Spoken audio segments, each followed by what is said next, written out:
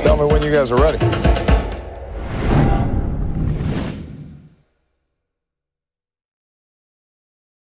We announced we were going to be talking to you. Yeah. And we said on the internet, send us some questions. Right. Because we want to have a dialogue with our audience. And we'll ask the president. And the internet blew up.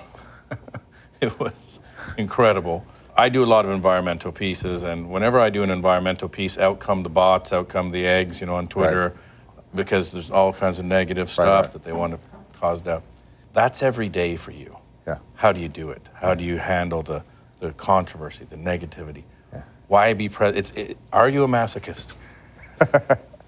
You know, let me tell you, this is a fun job. Right. Every day I wake up and I get a bird's eye view on what's going on everywhere in the world. Mm-hmm.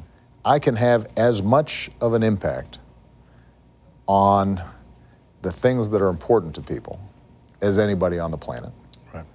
You know, if you're applying yourself steadily every single day to the job, and you're keeping your North Star, which is, when I leave this office, I want things to be a little bit better, then the day-to-day criticism, the chatter, the noise, is something that you end up blocking out. And the longer you're in the job, the more you're likely to take the long view. Mm-hmm. Let's take something like climate change. Let's. We just got back from Antarctica, and Antarctica is melting, Greenland is melting as fast as they can. Sea levels are rising, yet many people are putting their head in the sand. It's right over the hill, Shane. Yeah. Pine Island and Thwaites are right over the hill, 100 miles from here. Yeah. All that ice, it's just a matter of time. It's going to flow down to sea. If I can change how the country thinks about this as a serious, immediate threat, not some distant, vague thing. Which is crucial. If I can encourage and gain commitments from the Chinese to put forward a serious plan to start curbing their greenhouse gases, and that then allows us to leverage the entire world for the conference that will be taking place this year in Paris. And if I'm able to double fuel efficiency standards, and if I'm able to make appliances more efficient and to double the production of clean energy, if I'm able to do all those things now, when I'm done, we're still going to have a heck of a problem, but we will have made enough progress that the next president and the next generation can start building on it, and you start getting some momentum. Which is rational, sane. That's a great answer. However, you have people, for example, Senator Einhoff, who's throwing snowballs, who's saying that the greatest hoax perpetrated on the American public is that we can do anything about climate change or that it's even real. Senator from Oklahoma. We keep hearing that 2014 has been the warmest year on record. I asked the chair, you know what this is? It's a snowball. And that's just from outside here. So it's very, very cold out, very unseasonal. So here, Mr. President, catch this. Throwing a snowball would be funny if it weren't for the fact that he's chairman of the Senate Committee on the Environment. That's disturbing. So you have a very sane and rational plan, but we're not acting in a sane and rational way. Yeah, well, and I'll tell you, climate change is an example of the hardest problems to solve. The hardest thing to do in politics and in government is to make sacrifices now for a long-term payoff. But here's what keeps me optimistic, is you talk to Malia and Sasha, 16 and 13, and the sophistication and awareness that they have about environmental issues compared to my generation or yours, they're way ahead of the game.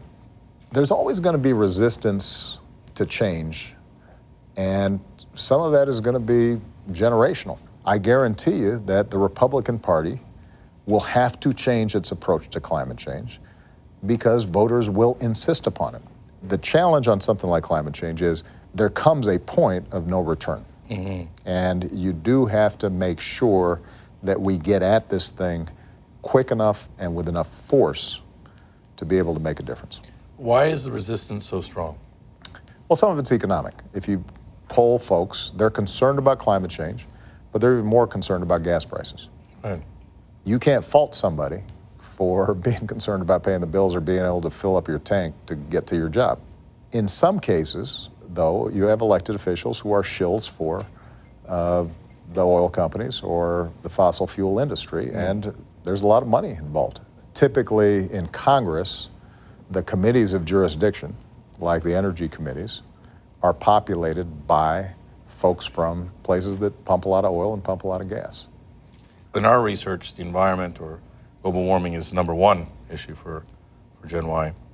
But another issue is dysfunction. Yeah. You know, it seems that from the outside, that From the inside too. that Washington, if you look at global warming, for example, Yeah. and you're right, the younger generation, there is no debate. Yeah. Yet they see this fighting, this gridlock in Washington. Or for other things, just for example now, sort of chicken that's being played with Department of Homeland Security, for example. Republicans are playing politics with the critical funding for the Department of Homeland Security and threatening a shutdown. The president's executive amnesty is lawless and unconstitutional. These are things that our taxes pay for. Right. Yet it seems to be a game that's being played. And young people are dissatisfied and angry, but they don't know what to do. What would you tell them? Well, let me say a couple things. A lot of times from the outside, and sometimes mainstream media reports this as a food fight and it's a problem of both parties just being partisan. Well, that's just not accurate. On climate change, 90% of Democrats agree with me. And 90% of Republicans oppose any action on it, and a sizable portion of their party deny it even exists. There have been times in history where Democrats have been unreasonable. There have been times where Republicans have led the way. But right now, on a lot of the issues that young people care about, it's not both sides arguing and creating gridlock. You've got one side that is denying the facts, who are often motivated principally by opposing whatever it is that I propose. Now, that's not inevitable to our democracy. That's a phase that the Republican Party is going through right now. And it'll outgrow that phase. The thing that we do have to worry about is the fact that the pace of change globally is so quick that we may not have the luxury of 20 years or 10 years of not getting a lot done if we want to deal with not just climate change, but the potential for pandemic, with terrorism, with the challenges around cybersecurity. Some of these things are just moving. One thing young people could do immediately is vote. Okay. And the fact of the matter is that in the last midterm election, about a third of eligible voters voted.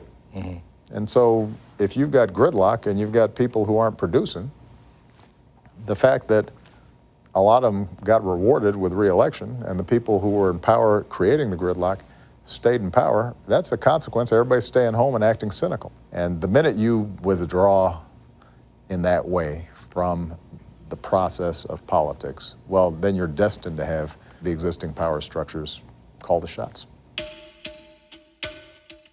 47 Republican senators put their names today to this open letter to Iran, informing Iran that any nuclear agreement not voted in by Congress will be viewed as, quote, nothing more than an executive agreement between President Obama and Ayatollah Khamenei.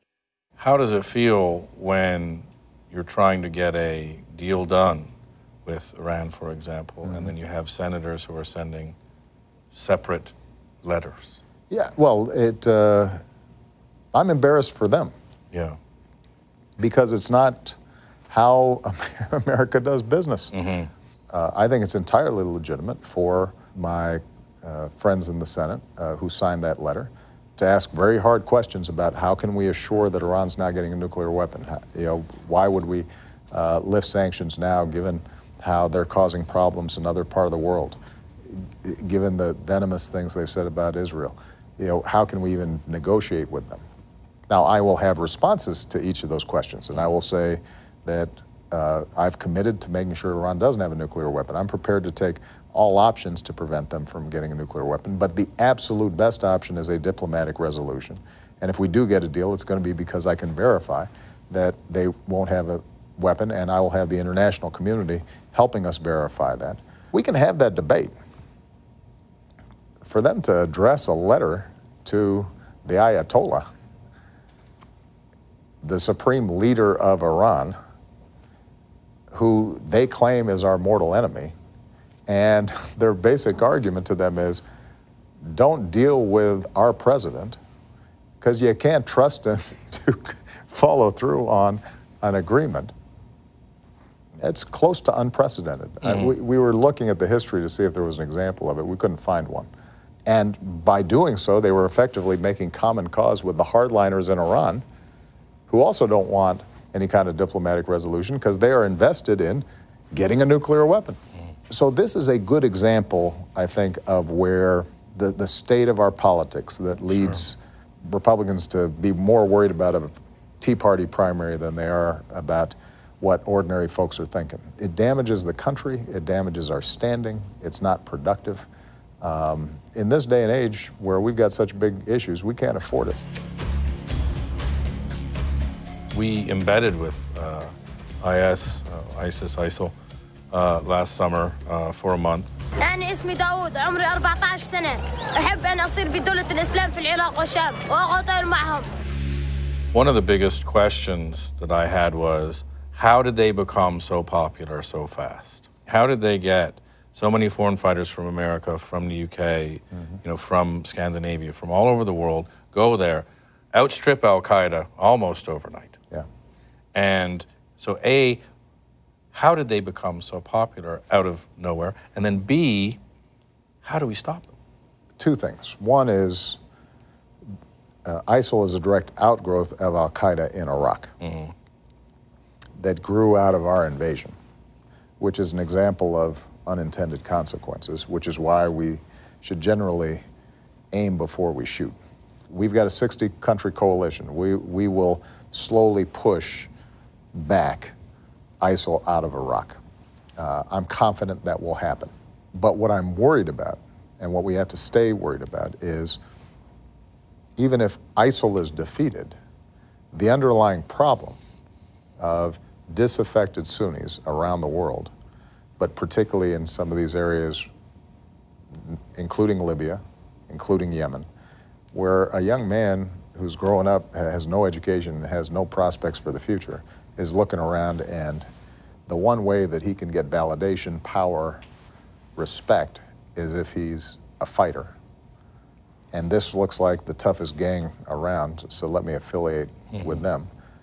And now you're giving me a religious rationale for doing this. That's a problem we're going to have generally, and we can't keep on thinking about counterterrorism and security as entirely separate from diplomacy, development, education, all these things that are considered soft, but in fact are vital to our national security, and we do not fund those. If you ask the average person, how much do we spend on foreign aid? They'll say 25% of the federal budget. Right. Well, it's a little over 1%.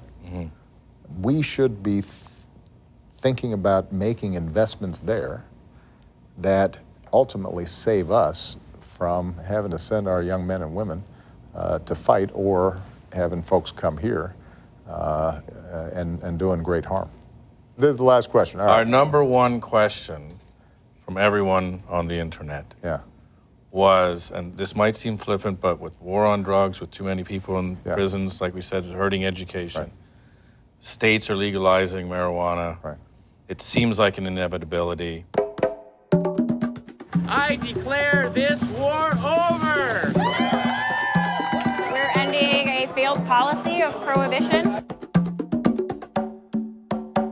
For young people, I'm sorry, but if you legalized marijuana, it would be the biggest part of your legacy. So what are your thoughts on that? Well, first of all, it shouldn't be young people's biggest priority. Right. It was our most popular. No, I understand, because sometimes on the White House website and petitions, we get the same. So let's put it in perspective. Young people, yeah, I understand this is important to you, but yeah, you should be thinking about climate change, the economy, jobs, war and peace. Maybe way at the bottom, you should be thinking about marijuana. I'd separate out the issue of the criminalization of marijuana from encouraging its use. I think there is no doubt that our criminal justice system generally is so heavily skewed towards cracking down on nonviolent drug offenders that it has not just had a terrible effect on many communities, particularly communities of color, rendering a lot of folks unemployable because they got felony records, disproportionate prison sentences. It costs a huge amount of money to states, and a lot of states are starting to figure that out. But what I'm encouraged by is you're starting to see not just liberal Democrats, but also some very conservative Republicans recognize this doesn't make sense, including sort of the libertarian wing of the Republican Party. They see the money as well. And they see the money and how costly it is to incarcerate. So we may actually be able to make some progress on the decriminalization side. At a certain point, if enough states end up decriminalizing, then Congress may then reschedule marijuana. But I always say to folks, legalization or decriminalization is not a panacea. Do you feel the same way about meth? Do we feel the same way about coke? How about crack? How about heroin? And there is a legitimate, I think, concern about the overall effects this has on society and particularly vulnerable parts of our society. Substance abuse generally, legal and illegal substances, is a problem. Locking somebody up for 20 years is probably not the best strategy, and that's something that we have to rethink as a society as a whole. Mr. President, I'd like to thank you for your time today, and I'd like to thank you for coming here and talking about young issues or issues for young people, as well as meeting with the students today. I had a great time. Thank you. All right, got it. Thanks, guys. Appreciate it. You guys want to take a picture with the crew before I get out of here? Come on, guys.